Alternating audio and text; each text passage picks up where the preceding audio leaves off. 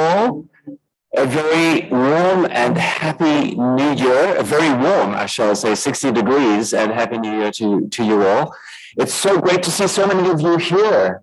Just fabulous. Although you do feel a little far away from me right now. I wish that you were all a little closer, but I feel the warmth of your hearts right here. And welcome to everybody online. It's great to see you all. Joyce waving at us, and I see Tim, Jess, and Rex Hillary. Raj is with us.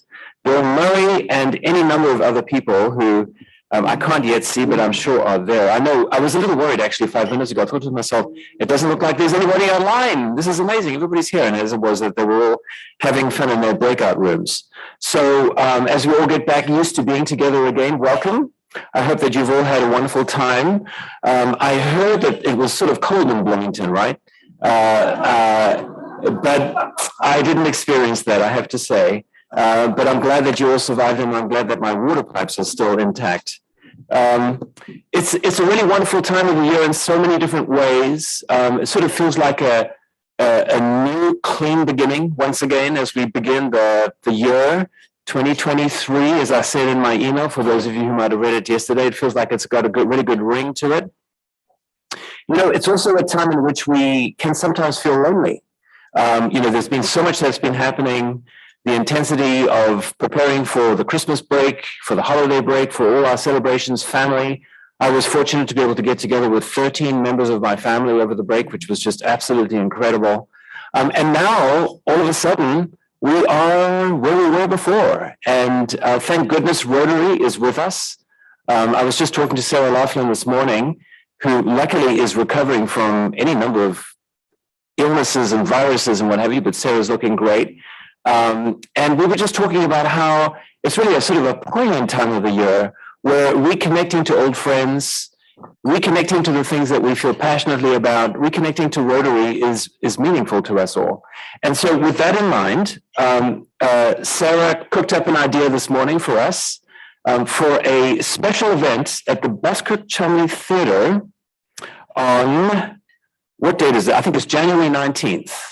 January 19th, we were thinking that perhaps we could all get together. There's a really fabulous event happening at the Cruikshank Theater. It's called the Black Opry Review. And it's basically, for those of you who've been thinking and reading about country music over the last few years, there's been a lot of discussion about the origins of country music and how diverse it really is. And the mythology of whiteness in country music that really misrepresents so much of what the sort of core elements of country music is. This is a very, very interesting project that brings the sort of the black history of country into country music. And there's an organization that's going to be presenting a number of performances. And there's a special deal that we've got for anybody in the Rotary Club who wants to go to it. We'll be sending you information about it in the roundabout as well. And rather than paying the full $35, we have a special deal for $25. So I'm planning on being there, and I'm hoping that all of you will join us for this very special event.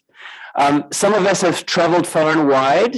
I'm going to invite Erica Kovacs to come up to the podium and talk about a trip that she took, in which she was able to connect to some fellow Rotarians. And while she comes up, I just want to mention that while I was in the Dominican Republic, I came across an incredible project by a Haitian minister who's developed a school, a 2-roomed school in the small little town that I was in that I fell in love with. And I will tell you about that some other time as well. But I just want to let you know that the Rotary spirit of generosity and support is well and happy. So, Erica. Hi, Happy New Year. I decided to escape the cold winter in Bloomington, going to Norway, which was much warmer than here, by the way. So I used the app that Jim taught me how to use. It's a Rotary locator. And I found this international club in Oslo. So I went to their meeting. It was not actually a meeting. It was their end of the year holiday party. And it was a very interesting experience. I think I talked to people from 7, 8 different nationalities. All the meetings are in English. Yes, because all the others are in Norwegian. And I brought a flag from there, which the scream from Munch. Yes, Edward Munch. And I would like to handle here to our club. Yes. Great. So I strongly recommend, if you're traveling, this experience was great.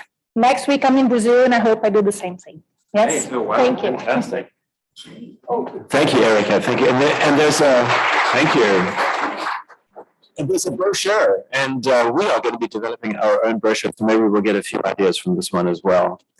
Well, Glenda is going to be giving us our reflection today. Thank you.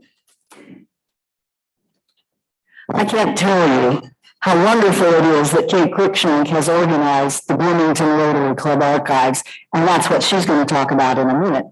So I thought for the reflection today, I would share one historical story because it's a very different way of looking at our history than the archives that she's going to talk to you about. We've had 13 people serve as district governor, but for years, the records did not always show that George Smith was one of those district governors from our club. And before I even start, let me say, those of you who have been district governors from this club, would you please stand up? There's Judy, there's Jim Bright, there's Lance Eberly.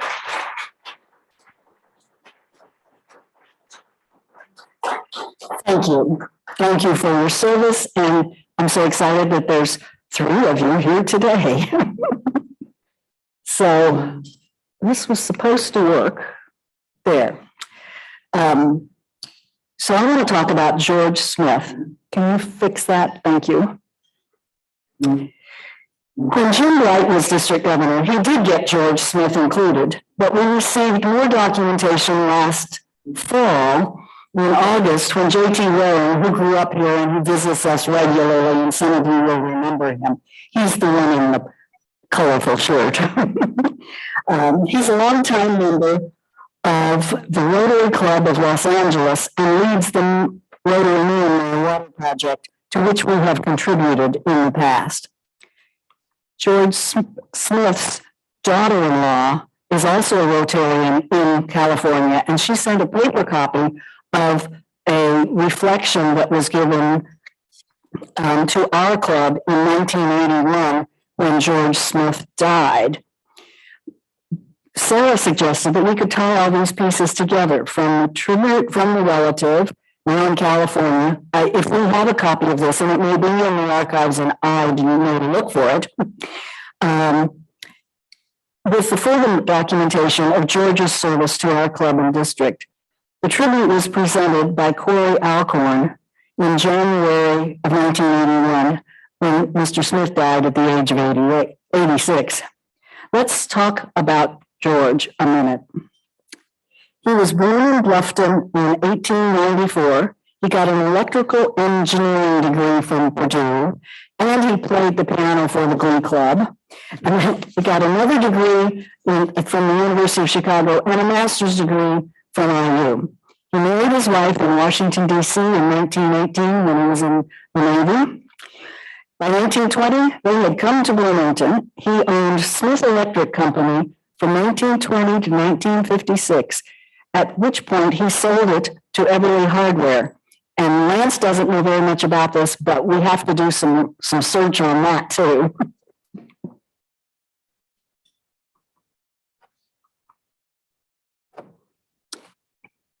Thank you. In Rotary, he served as our president from 1944 to 45, the end of the war, and as district governor from 1948 to 49. And he and his wife were honored at the club's 50th anniversary in 1968, since it was also their 50th wedding anniversary. He received the first Paul Harris Fellow Award that this club gave in 1971. When the Paul Harris program usually involved the club giving money for someone to receive the award.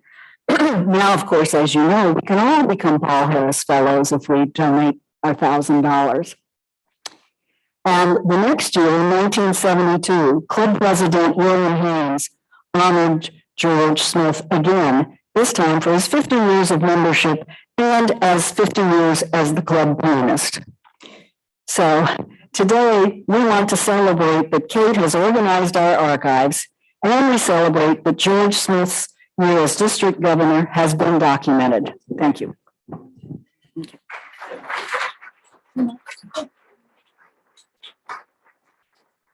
Thank you so much, Glenda. And we're dealing with a microphone situation where in the hall it sounds great, but if one gets too close to the microphone, those online are hearing a bit of distortion. So I'm going to speak up and stay away from the microphone. How about that?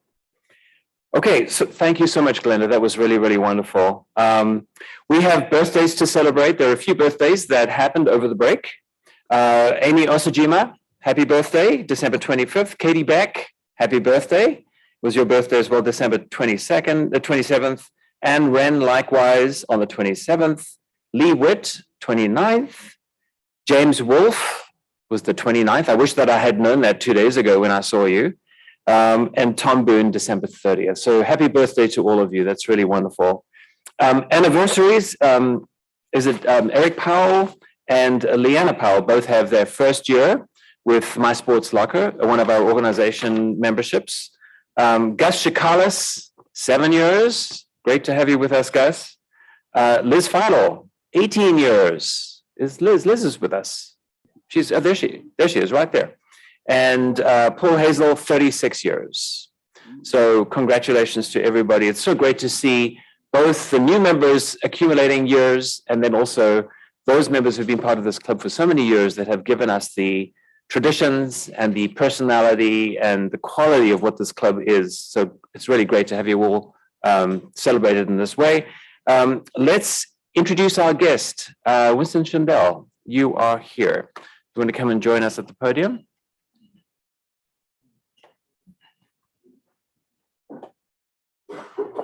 Thank you. It's my honor to introduce our guests today. We have 5. And as we call your names, if you would please stand and let us recognize you. First, Lexi Walters, who's a guest of Elaine with Gigabyte. Drew Capone, a guest of Jim Bright, who's a professor here. And then we have Michelle Cohen, who was I believe, a member of the Brown County Club and will be a member here awaiting induction. So please welcome Michelle. And then we have a returning guest, Madeline Deckard, the daughter of Trent and Kyla. So welcome all, and we invite you to come back anytime. And if you want more information about Rotary, check at the table. Someone will answer. Thank you. And one little tidbit of information about Drew Capone, who is joining us, as he mentioned. Well, first of all, he spent time in Mozambique, and I'm very envious of that. And secondly, this is his first official day as a faculty member at Indiana University School of Public Health. So congratulations. Good. Joey, do we have any guests online? Yes, Alon, we Now we can't hear you. Oh. So you're going to have to text that through to us or something. Okay, thanks. We'll get that very soon. Okay, Dave Meyer, would you like to jump up and tell us about this? You know, we're all aware of the Refugee Family Project, and as it develops, I'm sure we are all feeling this, but it is the most incredible project to watch, thanks to the leadership of Dave. And Sarah as well. So, Dave. Hi, just a quick update on the family. So you know we have a family of Afghan refugees, four adults, 2 adult children, and a mom and a dad. And just a quick update, because loss has been happening even over the holidays. The mom just completed her trip to my sister's closet to get the paperwork done to become a seamstress under Sandy Keller's tutelage. So Sandy is going to mentor her, and she's going to be working part-time at my sister's closet. And the hope is for her to become an independent seamstress in the community over time. So I want to thank Sandy so much for that opportunity for that mom. We believe that with the help of a friend, we've lined up jobs at IU Food Service for the father and the son. That will start next week. I still have details to work out on that. And exciting news for the daughter. The daughter, with a lot of help, applied into IU's intensive English program Also for a full scholarship in the intensive English program. And we hope to hear this week whether she's going to be admitted under scholarship. So there is lots of stuff to do with them. I just give you a little hint.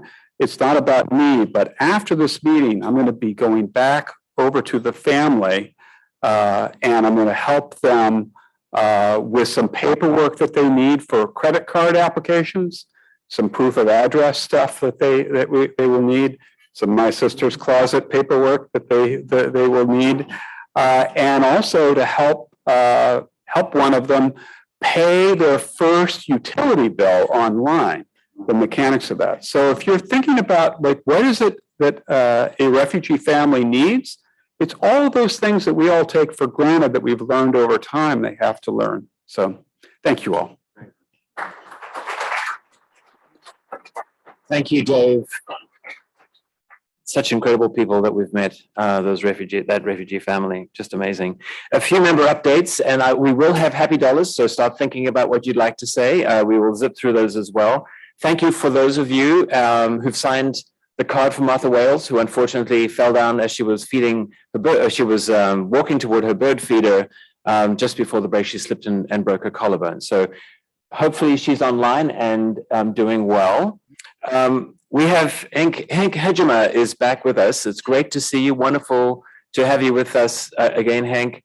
There's some news from Hank is that through a number of different reasons, they have decided that they will be moving back to the Netherlands to be closer to family. Thankfully, that is going to be in June. So Hank's going to be with us for the next few months as we celebrate the years that he spent in this Bloomington Rotary Club, and hopefully there'll be an opportunity for us to really celebrate with him before he leaves, him and Bianca. I also want to mention he sent me an email that we received greetings from the Democratic Republic of the Congo. As many of you remember, we had a fantastic relationship with a Rotary Club in Kinshasa, and also in combination with a partnership that we had with Giving Back to Africa, which is now called Malembe Rise, in which we were able to produce a book called I Just Kept Walking by Elsa Marston, who was a member of our club, which was later translated into French for school kids in the Kinshasa area. So it was a fabulous project, thanks to Hank and his leadership. So thank you so much for everything that you've done. Bloomington Rotary Club, the book club, will be meeting on Wednesday, January 18th, to talk about the book called Zari by Laird Hunt. It's a book that I've been reading and I've been enjoying very much. So for those of you who are reading the book, remember that January 18th, which is the day before we meet at the Buskirk Chumley Theatre, the book club will be meeting. We will have information, I promise, right away. In fact, probably this afternoon, about the Zero in Bloomington initiative. I've been playing around with their website, and it's a really fascinating project. We'll have more information about that. For those of you who want to participate in the meetings, reflection, greeting our guests, hosting, and any number of different things, please make sure that you use the Sign Up Genius link that we sent to you. And then just finally, I want to mention that Jim Bright brought to my attention and our attention a really interesting blog post from Bill Gates recently, in which he was talking about polio and the relationship that the Gates Foundation has with the Rotary International organization. And I just want to quote what he had to say, Bill Gates, that is, "No update on polio would be complete without a big thank you to Rotary International. They were part of this effort long before the Gates Foundation was. Since we became partners on eradication, we've jointly raised $1.8 billion for this work, and there's more to come. Rotarians also led massive vaccination campaigns to reach children all over the world, sometime in the next few years, when polio is finally eradicated. My first phone call will be to thank and congratulate the team at Rotary International." And that means all of us. So congratulations to all of you. Great. Well, let's open up the floor now for Happy Dollars in support of Teachers Warehouse. Liz is okay. Glenda Murray. I have dollars in honor of the presentation today and Kate's organization and of George Smith. Thank you. Yeah. It's vital at the back. I have $5 that I'll be putting online. I just wanted to invite all Rotarians to support our lovely new employee who is one of our refugee women. And she will be doing hemming of pants and sleeves and things like that. And if you have those things that you would like to have done, this would be a great way to support her. Great, wonderful. Oh. Thank you. I have 20 happy dollars because I've missed so many happy dollars that I feel I need to make up for that. Thank you, Alan, for your nice words. I will find an opportunity in consultation with Alan to update you on the Education Matters project. We're closing it out. All the activities, let's say all the boxes have been checked off. But I think it is good for the club to know what has happened, because it's so many, it run over so many years. I'll find a few minutes to update you on that. That's great. Thank you. Yeah.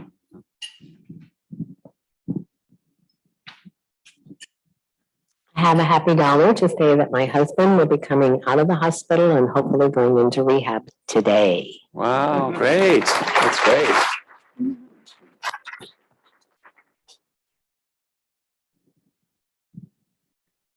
And I have $5 happy because Martha Wells is coming home today. Yeah.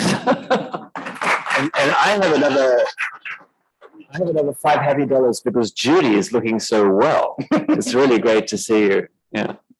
Excuse me, I have $20 happy, which is enough to, excuse me, to report that I want to be sworn in of all the locally elected officials on Sunday.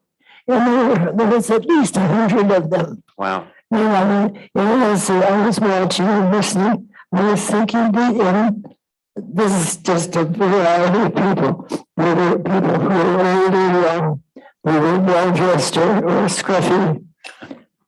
They were male and female. They were white and of color.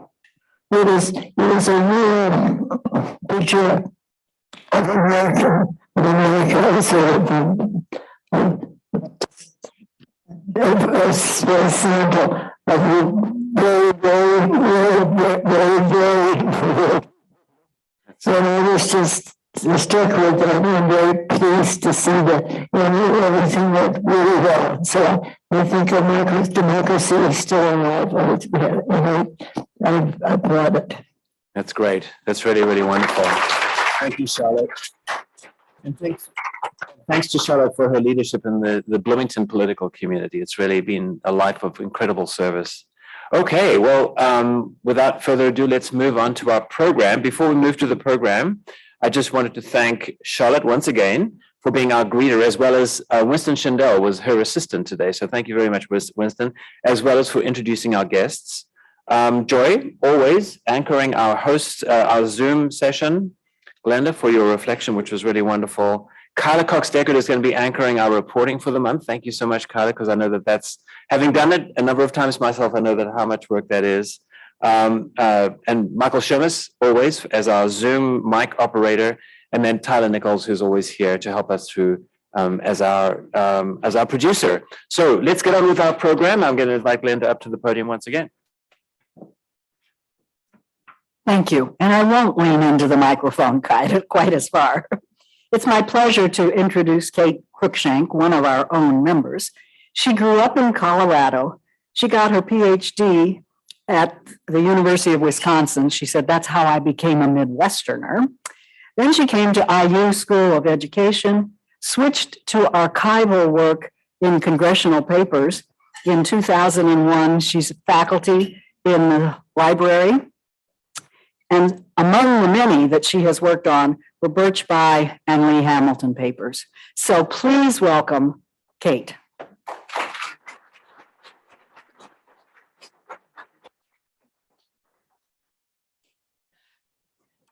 Thank you, Glenda.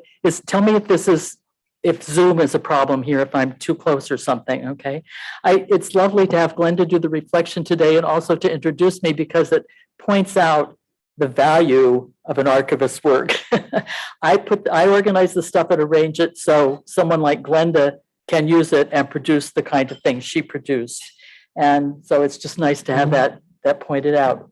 I do want to clarify at the outset that although I am an archivist by profession, my work on the Bloomington Rotary Club archive was completely accidental and grew out of the fact that I was a volunteer at the Teachers Warehouse, which really needed space.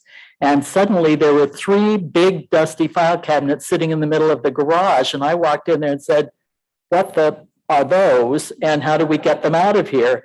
And somebody said, well, I think they're from the Rotary Club. So I took a look and started prowling through the contents. There were a lot of things that needed to be preserved. There were a lot of old things, and I got real excited, okay? And then more boxes started appearing out of nowhere, just kind of arrived. Well, archivists are pretty crazy about boxes of stuff.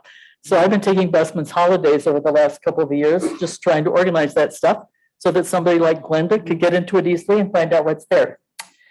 And I would say during that time, a few more boxes have come in. Tim Thrasher gave me some, and they also include his time as treasurer for the district, which is interesting. And Jim Bright just informed me that we'll be getting a box labeled Rotary History from Owen Johnson's daughter, which I'm going to ask him to just send right to Glenda, okay? In any event, think about this. There may be some in attics and basements and closets at your house, okay? And those things belong with our archives to complete it. So think about that. I'm sure that Glenda and others interested in the history of the club would be delighted to have those things join. So in the meantime, let me just share a little information about how things stand now. And I hope that I've helped you understand that this is just partial. What we have, what I'm calling the Bloomington Rotary Club archive is partial, yeah? What you have here is a picture that only an archivist could love, numbered boxes, really neat, huh? And I'm going to show you 2 more you're going to really love. This is the first page of the complete list of everything that's in the archives by box, okay? And this is the last page, okay? So they're all the boxes, all 84 boxes are listed in all their contents. Those are going to be in box.com, and you can get to them. I think Elaine will tell you how to do that. He's been helping me do that, okay? So what's actually in the archive that you might enjoy? One of the first things that turned up was 3 boxes of slides, which turned out to be of members around 1963, 1964. Some of the slides are from a little earlier. The board supported having those digitized. So here's a sample of the images. Okay, we've got 140 images, and they're wonderful. They're really wonderful. I mean, when you blow, I wish there was a way to blow these up for you so you could see them, but this will be online as well. The file of all these images will be online for you to look at, okay? Another thing that turned up was a panoramic photo, all rolled up and cracked. But look at the label on the back. And the board again supported having that restored. So here's, oh, I'm sorry. It says that the 20th annual conference of the Rotary Clubs of the 20th district of, I actually was going to tell you that, okay, of the Rotary International Indiana Union, Indiana University. So what we now have is the panoramic photo of the attendees of the 20th conference for the 20th district in 1934, standing in front of the IMU. Cool, huh? Okay, another discovery was this sort of thing, which doesn't turn you on. But if you look at that little knob in the middle, I've never seen anything like this. You have to pull it up and then you can take the cover off and then you can get inside. This book seems to have been used as early as the 1920s and continued through the 1970s to track membership, among other things. Here's an early page. Now, I got really intrigued by this. This one seems to be from the 30s if you look at the membership termination dates over here. But what really got me is something that has intrigued me about Rotary all along, and that's the classification system.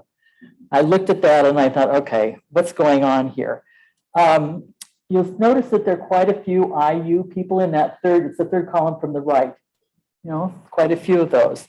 Well, this became even more interesting when I found this letter in the back of the book, and I don't expect you to read this, but it's a letter from Rotary International talking about the problems of applying the classification system in clubs that have very large universities or industries. And the guidelines they came up with are this. You can have a member from each independent school, but that's it. That's how they were trying to apply the idea of different businesses. So proper classification, as you see at the bottom, would be the School of Medicine and so forth. Now, just to show you how seriously you took this, here is a page from the following year. And if you look at the classification system down the right, second box, you'll notice you've got education, public relations, education, personnel management, education, extension, building coordination. Doesn't sound like they took it terribly seriously, right? which I found very endearing. Okay. Another document that related to the classification system was this. This is a page, a memo from the head of the classification committee of the Bloomington Rotary Club.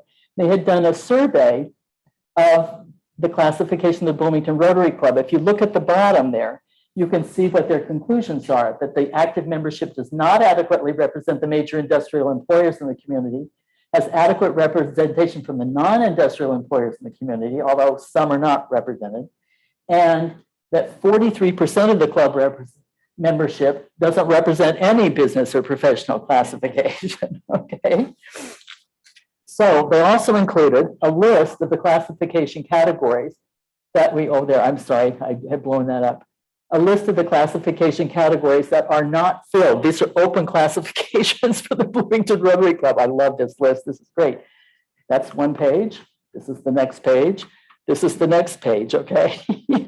All right, this whole classification system thing absolutely fascinated me by the time I got to this point. And I was really happy to realize there might be a source to help me. So this is in box 4 of the collection. This is just selections, for, as you see, from Paul Harris's book. And so I started reading. I've scanned this, so it'll be in box as well, so you can read it. It's a great read. It's a really great read. And I'm going to just share with you a little bit of what I learned from that relative to the classification system. Harris was born in 1868 in Racine, Wisconsin. I lived in Wisconsin for forever, so I thought that was great. But at the age of 3, he was sent to Wallingford, Vermont to live with the parents of his father. And what he had was really an idyllic childhood in a small community. And that, I think, stuck with him throughout his life, really guided his aspirations. But he says that by adulthood, he was also driven by what he characterized as, quote, one absorbing interest, namely to know the ways of men, those of his own country first, and then the ways of the men of other countries, end quote.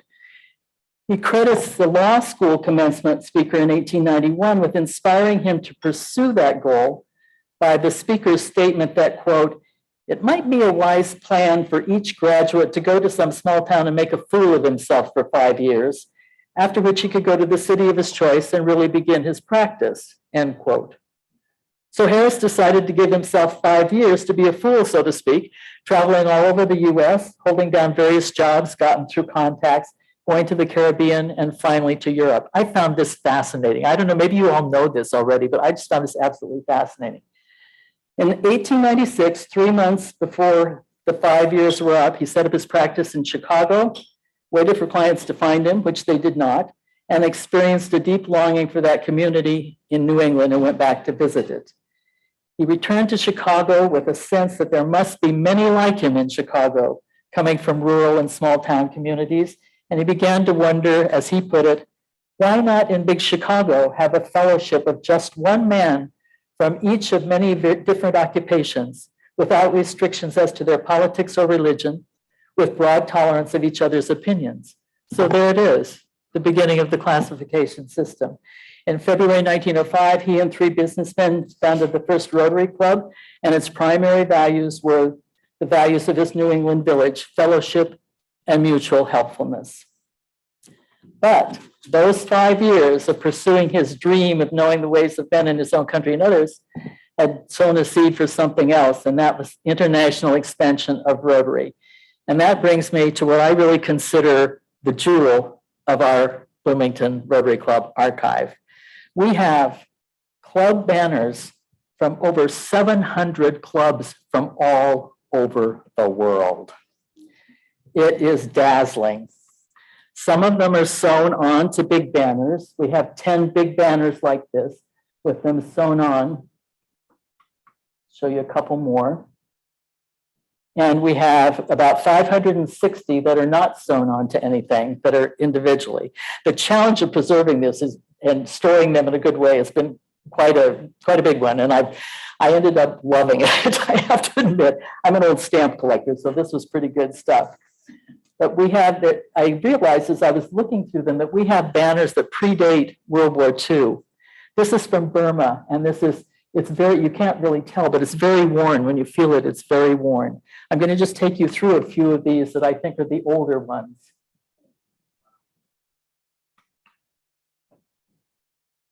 And this is, again, I'm judging by feel, and by the deterioration of the fabric. That one looks pretty good.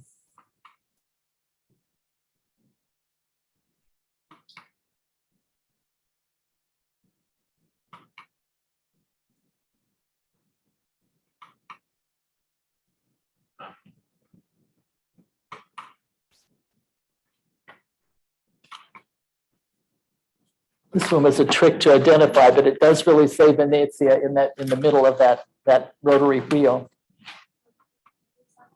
Sorry? It's from Venice. It's silk. It's a very light silk. And it's had a rough time.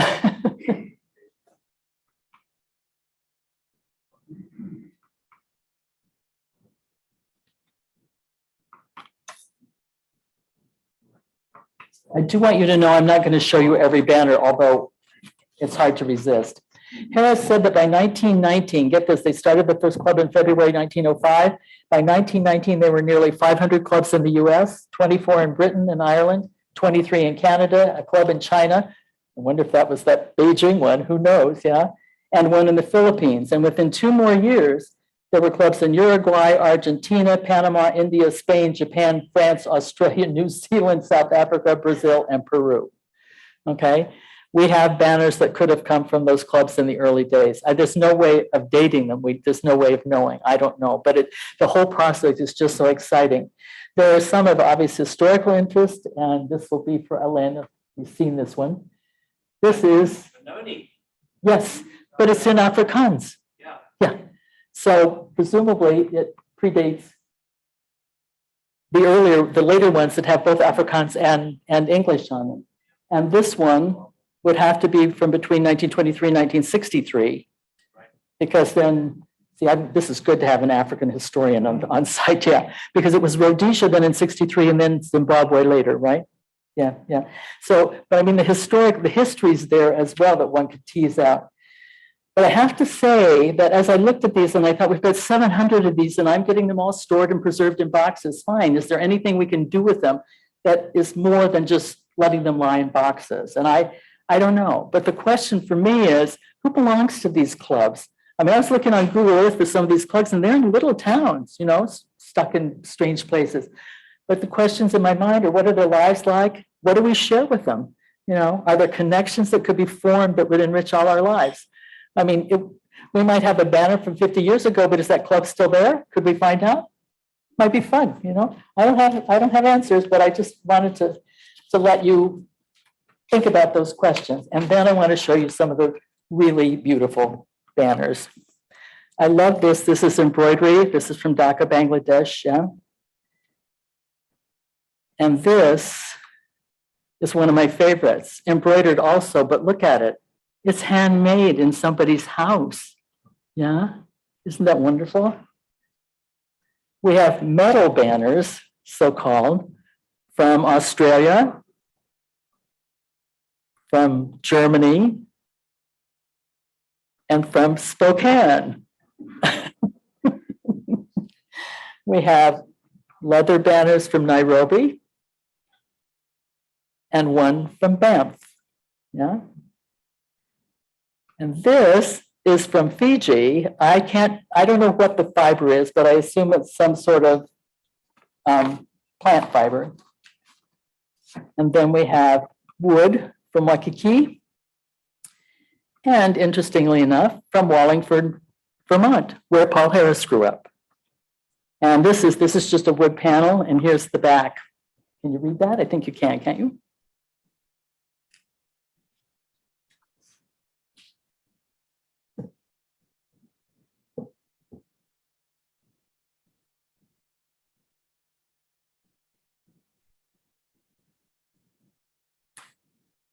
Must be lovely to be able to present all that about Paul Harris to the world.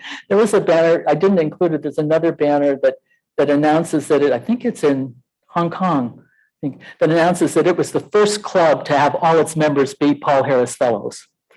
Doesn't say how many members that was, but it was the first one, by golly, by God. Okay, we have 30 banners from South and Southeast Asia, and I know this isn't very big, but if you can see all those little stick pins, you can see that they go clear up into the Himalayas. It's one in Sikkim, one in Kathmandu, which I just find this astounding. I mean, just boggles my mind. Yeah. We have 120 from Europe, and again, I kind of made it wide so that you could see that we have Moscow and Kiev, and also Reykjavik over there on the left, and down into the Mediterranean. And every one of those stick pins represents a club with people like us, right? I just think it's so cool. And we have 80 from Japan. So we have banners from all of these. What? We have banners from all of these where stick. Yeah, we have a banner. Yeah, this is just where we have banners, and they're not all there. I have to say that there's some places, there are 4 different towns with the same name in India, and I had to choose I had to guess which province it was going to be. And also, if you have several clubs in one city, it only gives you 1 stick pin. So there are even more. But this is not clubs. This is where we have banners. And again, I mean, we need to think about how we would use these, and who would use these, and who wants to be involved in using them. They're accessible. I mean, I've tried to preserve them so that they can be handled and you can play with them, okay? The ones from Japan, I particularly fell in love with, and I wanted to share some of those with you because they have such diverse designs, and they just almost invite interpretation. And I didn't know how to interpret those designs, but I just want to show them to you because I think they're so intriguing. I mean, what is the club telling us? I don't know anything about Akabira. I mean, I'm terribly ignorant about these things, but they're just the differences are so striking.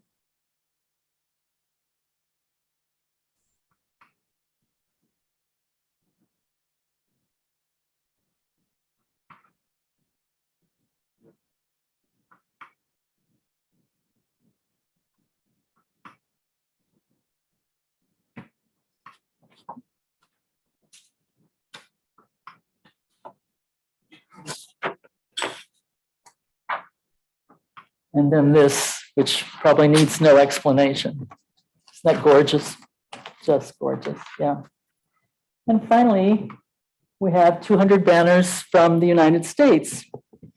A lot of these share a kind of common pattern. It's sort of funny in view of the diversity in Little Japan to see how many of ours are sort of white with blue letters and look pretty much alike.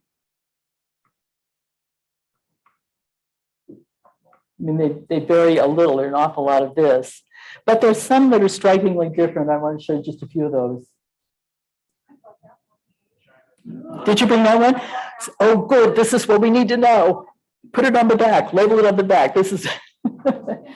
There are a few of them that actually have labels on the back of where they came from and who brought them, which is, of course, wonderful. Oh, sorry. Back to Santa Fe. I think that's beautiful.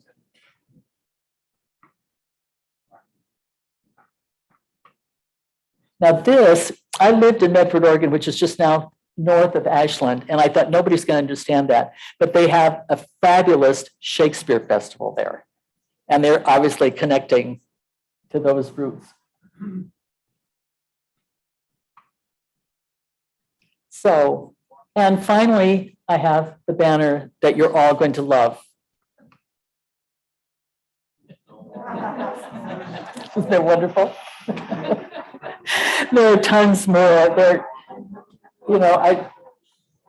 I could click on banners all day and show them to you, but I won't. And again, all of them are going to be, I have images of the banners, the big banners with all the, and then images of the individual banners, and then all of the individual banners. That'll all be on box.com. So thanks for your attention. And if you have any questions, I can stay if we need to, or, yeah, Elaine? No, I don't know the question.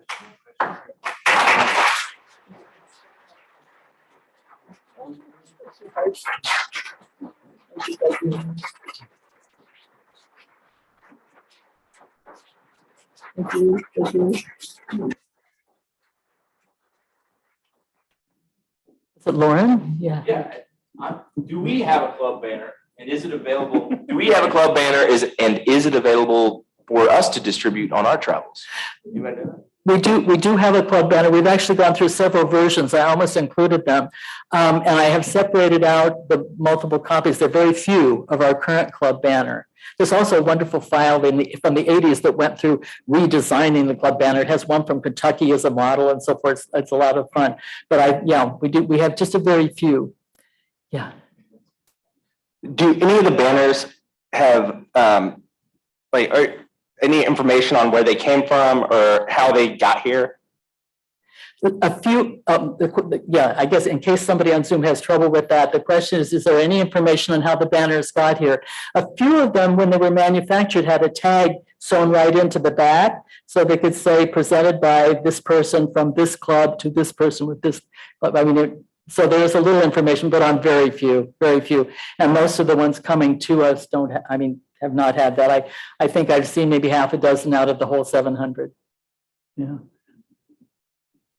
And I want to recommend that in the future, whoever receives a banner, Mr. President, this year, that someone labels it, the date, and who it was, et cetera. And if there's a story or two to tell, like there obviously is with the banner that we got today, that we begin to at least keep track. And those who've traveled and brought back banners, if you can remember some of those stories and or about which year you went and brought the banner back from here or there, that would be great. And when we get our new one, then we can have people take it with them when they travel. Folks, I think you can recognize that you are listening to the historian of this club, and she's going to be great. And I just want to say, yesterday as I was working on this, I turned to my husband and I said, "Oh, I miss Owen Johnson," because I would have written him a day or two earlier and he would have given me all kinds of stuff. As it was, thanks to Jim and Lance and some others who I did yesterday, and they answered me that fast.